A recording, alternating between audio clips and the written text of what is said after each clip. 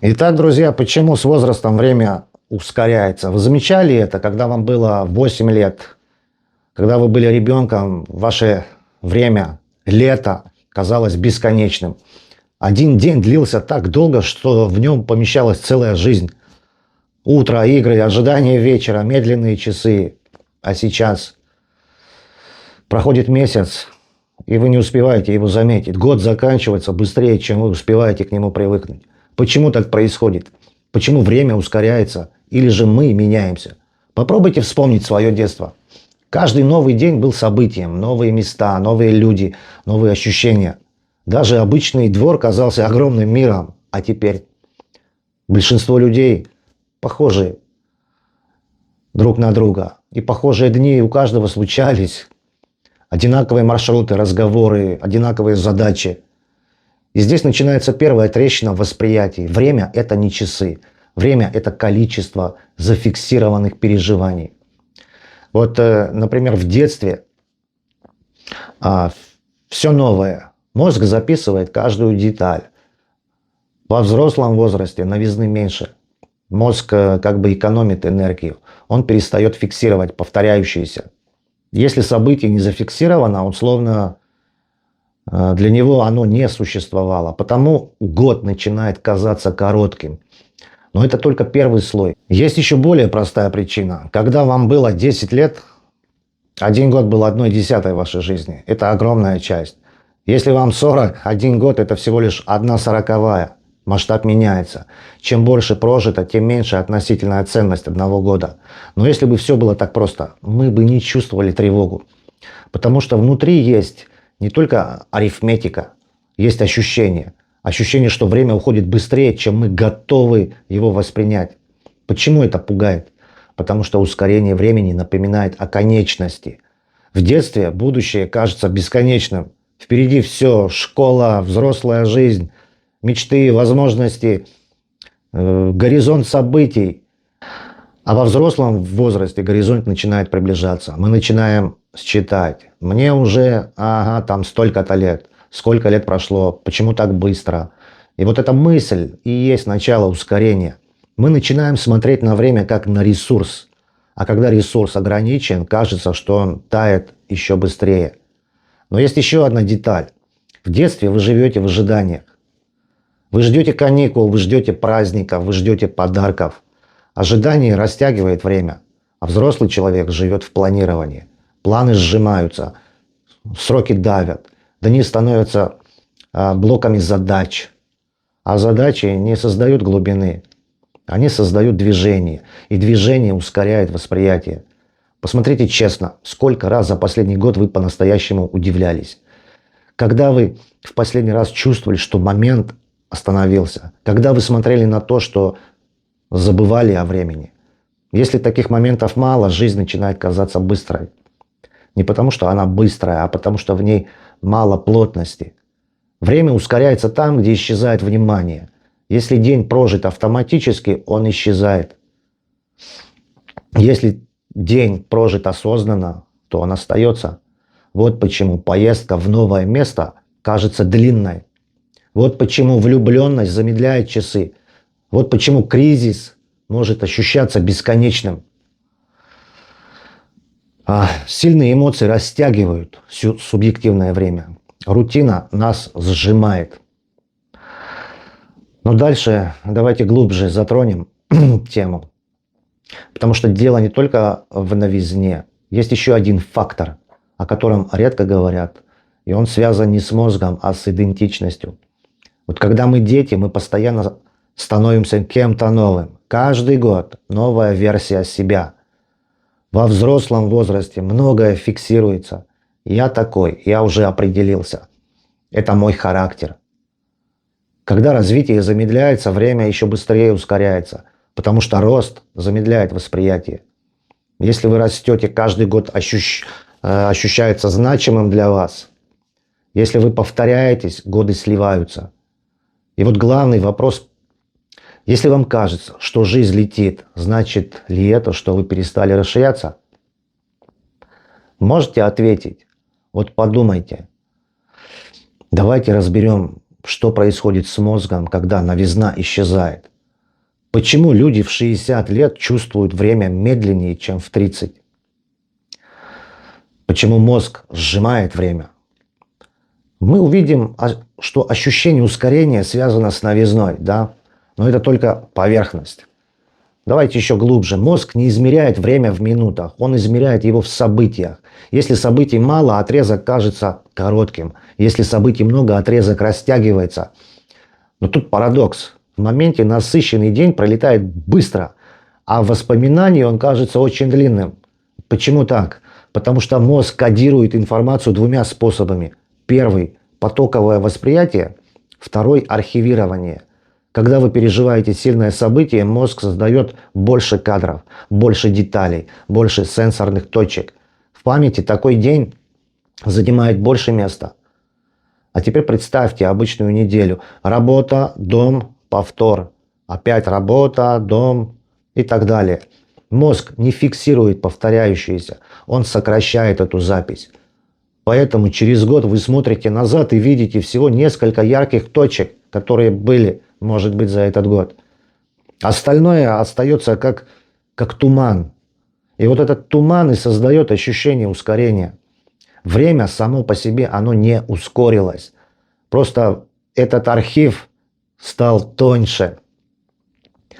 Еще одна очень важная деталь. Когда вы молоды, мозг постоянно строит новые нейронные связи. Каждый новый опыт меняет структуру. Со временем связи как бы стабилизируются, реакция становится предсказуемая. Усиливается автоматизм. А автоматизм, когда усиливается, он экономит энергию. И поэтому он крадет ощущение длительности. Чем больше автоматических действий, тем быстрее субъективное время. Вот смотрите, утром вы просыпаетесь, вам надо собраться, потом дорога, потом работа, разговоры. Это все для вас знакомо. И мозг не видит необходимости в глубокой обработке. Он короткими фазами его записывает. Вот здесь появляется вопрос, если восприятие времени зависит от глубины обработки, значит ли это, что мы сами выбираем и сами создаем его скорость? Не буквально, а частично, да. Именно так. Посмотрите на людей, которые начинают учиться новому в зрелом возрасте. Например, новый язык, музыка, переезд куда-либо, новая среда. Они часто говорят одну фразу: «Время снова стало длиннее». Да, это не магия, это нейропластичность. Мозг снова активен, он снова строит, он снова фиксирует. А теперь другой пример, давайте я вам приведу. Вот сильный стресс, когда человек находится в постоянном напряжении, время тоже ощущается иначе. Иногда оно тянется, иногда оно, наоборот, проваливается. Вот хронический стресс притупляет внимание. Когда внимание рассеяно, память, наоборот, обрезается. И снова создается иллюзия ускорения. Но есть еще более тонкий слой – это ожидание. В детстве вы живете будущим, а во взрослом возрасте – в прошлом. Почему так? Подумайте об этом. Вот ребенок думает, что будет дальше, а взрослый думает часто, как быстро все прошло. Фокус взрослого человека смещается назад. А когда внимание обращено к прошлому, настоящее начинает проскакивать или проскальзывать, что ли. Потому что мозг занят сравнением. Раньше было, раньше казалось так. Сравнение сокращает текущий момент. И вот здесь начинается перелом. Если перестать сравнивать и начать фиксировать настоящее, время снова меняется. Не физически, субъективно. Есть простой тест. В течение одного дня попробуйте делать все медленнее. Не растягивать специально, а просто замечать. Как вы берете чашку кофе, как звучит голос человека, как свет, например, падает в вашу комнату на стены. Большинство людей не выдерживают такого наблюдения, потому что оно непривычно. Но именно наблюдение создает плотность этого времени. Когда вы присутствуете, в момент расширяется. А когда вы на автопилоте, момент, наоборот, сжимается. Но тут еще один вопрос возникает. Если жизнь ощущается быстрой, возможно ли замедлить ее, не меняя каких-либо обстоятельств, не уезжая, не увольняясь с работы, не переворачивая все, а просто, например, поменять способ внимания? Ответ на этот вопрос определяет, будет ли следующий год ощущаться как миг или как целая глава. Давайте подойдем к памяти. Как работает наша память. Потому что за ускорением времени часто стоит не нейрофизиология, а внутреннее ощущение конца. И если его понять, картина меняется полностью. Страх конца или иллюзия ускорения. Давайте разберем память. Мы разобрали автоматизм. Мы увидели, как мозг сжимает свой архив, но есть еще один слой. Он тише, он глубже, и он редко осознается.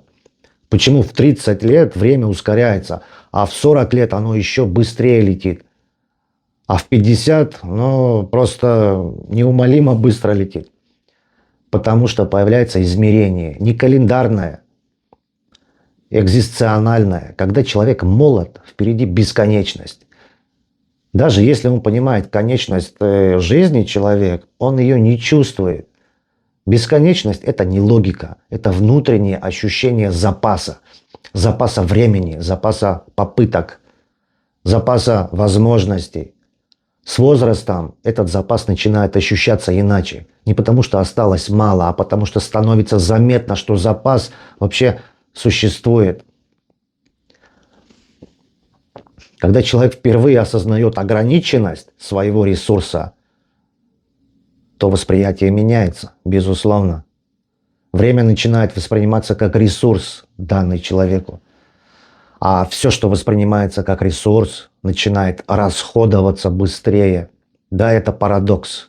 Чем сильнее мы считаем минуты, тем быстрее они исчезают. Подумайте, когда вы ждете, время тянется. Когда вы боитесь потерять, оно ускоряется. Почему? Потому что внимание сжимается. Страх сжимает внимание.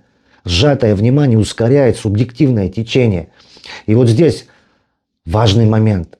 Многие говорят, я даже не заметил, как прошли годы. Но если задать вопрос поглубже, часто появляется другая фраза. Я все откладывал. Откладывал разговор, мечту, свои перемены. Откладывание создает иллюзию будущего, но будущее не бесконечно в нашем понимании. И когда это ощущение впервые сталкивается с реальностью, возникает внутреннее ускорение времени, сознания. Сознание начинает догонять себя, и появляется тревога. Эта тревога редко звучит прямо напрямую. Она маскируется под занятость, под перегруженность, под ощущение все слишком быстро. Но иногда в тишине возникает другой вопрос. Если время ощущается быстрее, может быть, это не про часы? Может быть, это про жизнь, которая проживается автоматом? Есть люди, которые в 60 лет ощущают глубину каждого дня. И есть те, кто в 20 лет чувствует, что все пролетает. Возраст – это не главный фактор. Главный фактор – степень присутствия.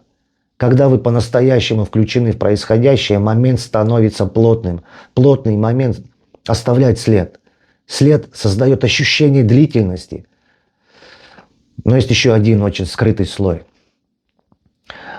Страх конца не всегда связан с нашим уходом. Иногда он связан, наверное, с нашей нереализованностью и с ощущением того, что время уходит. Потому что мы считаем, что наш внутренний потенциал остался нераскрытым. И тогда ускорение времени становится не просто ощущением, оно становится напоминанием. Напоминанием о том, что внимание – это выбор.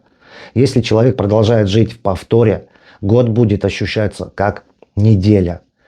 Если он начинает замечать, даже неделя может ощущаться как глава. И вот здесь самый важный повтор.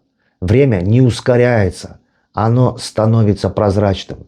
Когда нет фокуса, когда нет глубины, когда нет присутствия. Жизнь проходит как сквозь стекло. И кажется, что все быстро. Но если это стекло убрать, если посмотреть напрямую, каждый день снова приобретает вес. Это не про замедление шагов, это не про возвращение внимания. Опять возникает еще один вопрос. Если можно изменить восприятие времени, можно ли изменить и восприятие страха? Потому что за ускорением времени часто стоит ощущение потери. Можно ли прожить жизнь и так, и ничего, даже не начать жить? Давайте, друзья, на этом закончим. И в следующем видео мы разберем такой момент. Можно ли прожить жизнь, так и не начав ее жить?